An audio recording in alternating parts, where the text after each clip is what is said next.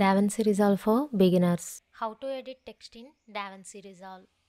Fusion పేజ్కి వెళ్ళి text నోని తీసుకోవాలి. టెక్స్ట్ నోని సెలెక్ట్ చేసి రైట్ సైడ్ ఇన్స్పెక్టర్లో మనం ఏదైతే టెక్స్ట్ని స్క్రోలింగ్ చేయాలనుకుంటున్నామో ఆ టెక్స్ట్ని మెన్షన్ చేద్దాం.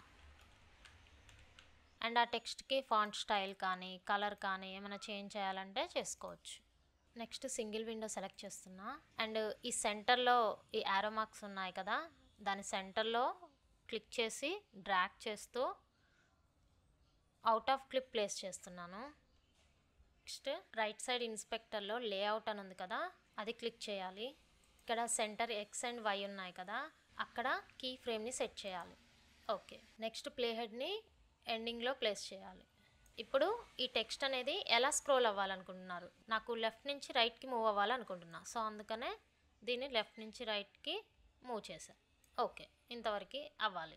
ఇప్పుడు ఒకసారి ప్లే చేస్తున్నా చూడండి.